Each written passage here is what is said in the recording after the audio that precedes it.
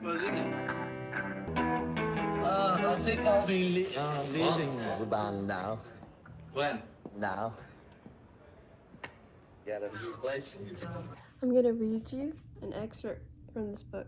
While My Guitar Gently Weeps was one of George's greatest achievements. This magnificent song made it possible for George to establish his status as a writer on par with John and Paul. I always had to do about 10 of Paul and John's songs before they give me the break, George complained in 1968. The sessions for While My Guitar Gently Weeps began on July 25th, nearly 2 months after John's Revolution 1. Hi guys, I'm Bea. It's really good to see you again. This song is on the White Album, and before this song is a song that is called Hey Bungalow Bill. That song was I wasn't feeling it. It's kind of goofy, low-key. But this song starts a line of just phenomenal music. This song is about human connection and the loss of human connection. I think he is basically saying like, the world would be better if we just had peace and love, you guys. That's what I think he's essentially saying. This is a hippie-ass song. And today I'm gonna go line by line, breaking down what I like about it, breaking down what could be stronger about it, and breaking down its meaning. But first, I really wanna cover the theory of the song because just sonically it creates this vibe of just straight you know what I mean? Let's begin. It's a good angle. Can you guys see me? Can you see my piano playing skills? This song is generally one of my favorites. The verse is very, very simple. It starts with an A minor. That is not an A minor. It starts with an A minor chord. And the only thing that's gonna change is this bottom note right here, this A. So it starts A minor, then you switch it to the G on the bottom, then the F sharp, and then the F. Then for the second half, you go back to A minor, then you go to G, and then I don't know exactly what this chord is called. I think it's a D chord. You see how we got that right there? We're gonna add the F sharp, and we're going to remove this one and move this one up. So A minor, then the G major, and then the next chord is an E. If we were to start from the beginning, it would be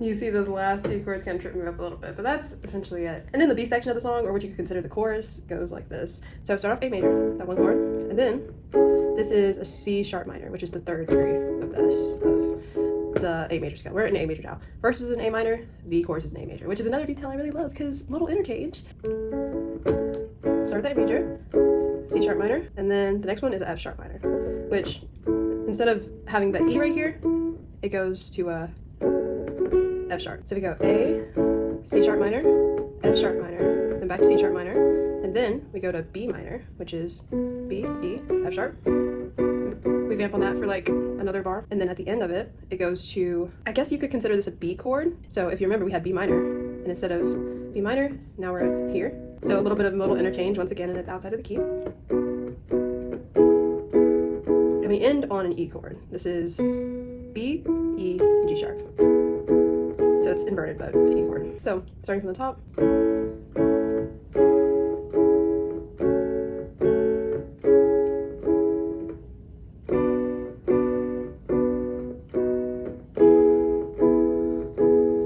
If you'll notice about those last three chords, which I think is the most interesting in the progression, we go from, like I said, that B minor to B major. So we're going up a half step, and then when we go to that E chord, we go up another half step. So it's kind of ascending.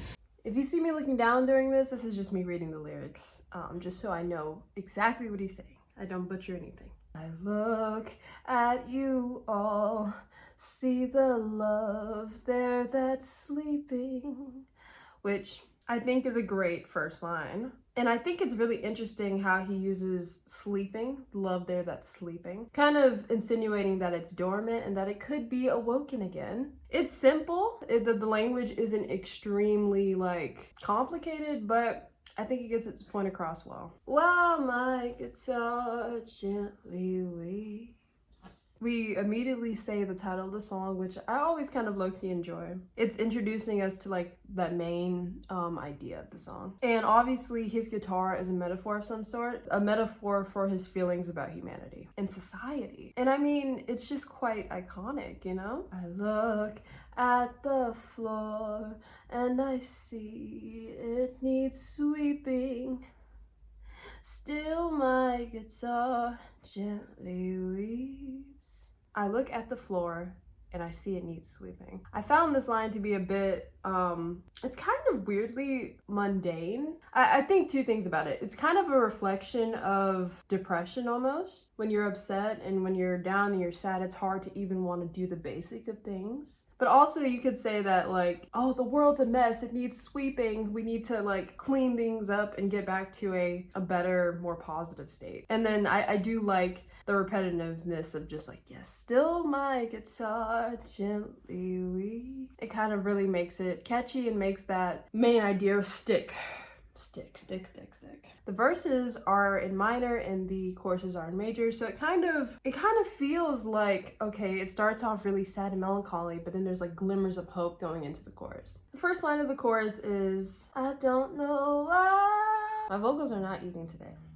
But I don't know why nobody told you. It's on its own, it's not anything too crazy, and you could argue that it's a bit generic, but it's setting up the line that comes after it. How to unfold your love.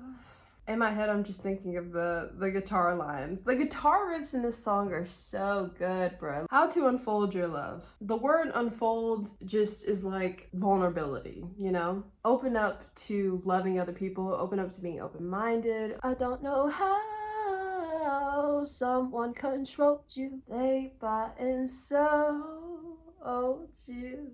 I like that first line. I don't know how someone controlled you. They bought and sold you. Now I'm thinking like he's talking about the government. I think it's normal to feel kind of like a cog in the machine almost. On our own, what is our value if not to contribute to society and to our workplaces and our jobs and to just be used as labor? And it kind of goes back to that earlier line. I don't know why nobody told you how to unfold your love. You could say that, okay, I know you weren't taught this thing, but could you try to learn it now? Like, life isn't over. You're not a lost cause. You can still grow and change and improve in these ways. So now we go back into the verse.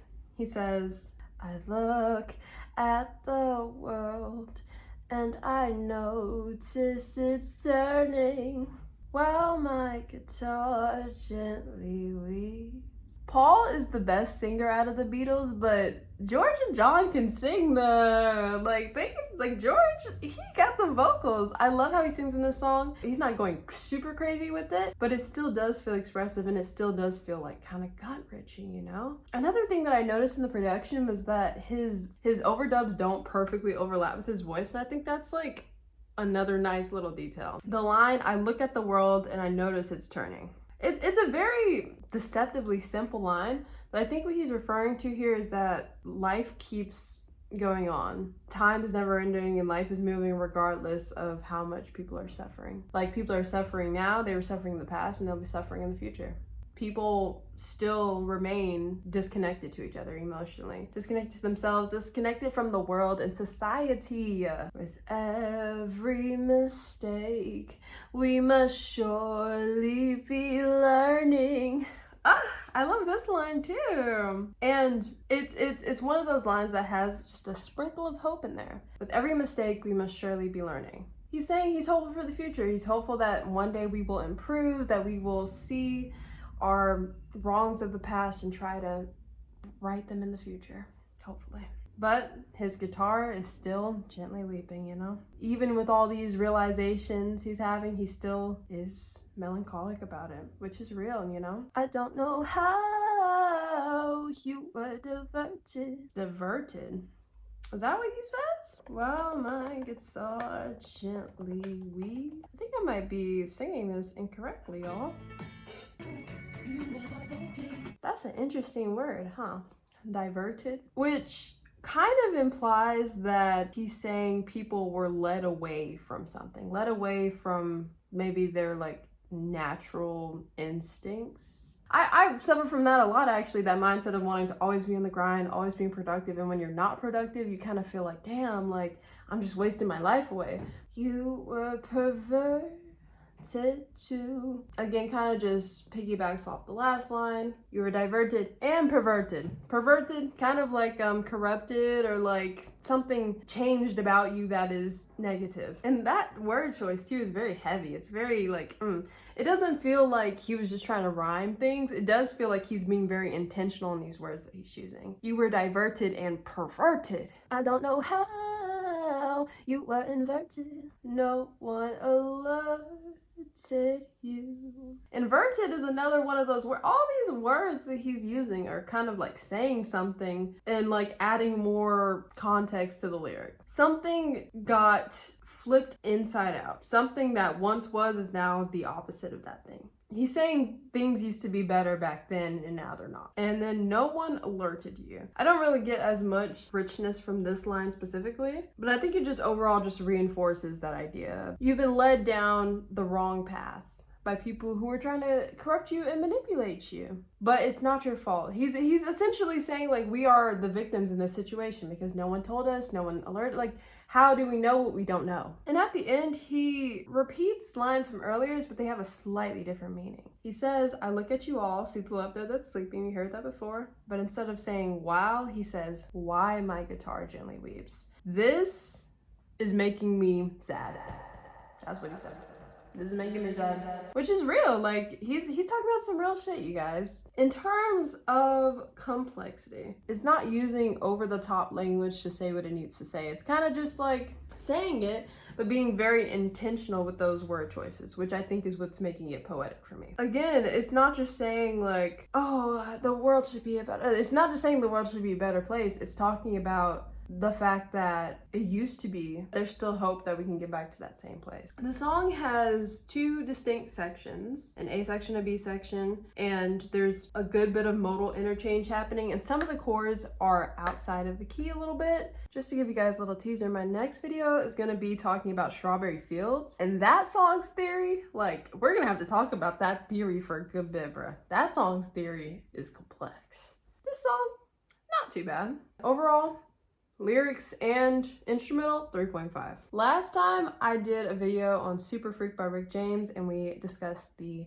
lyrical content and the theory and the complexity of that song. So if you want to check that out, you can go tap right here. Thank you so much for watching, and hey, you're cool. Bye.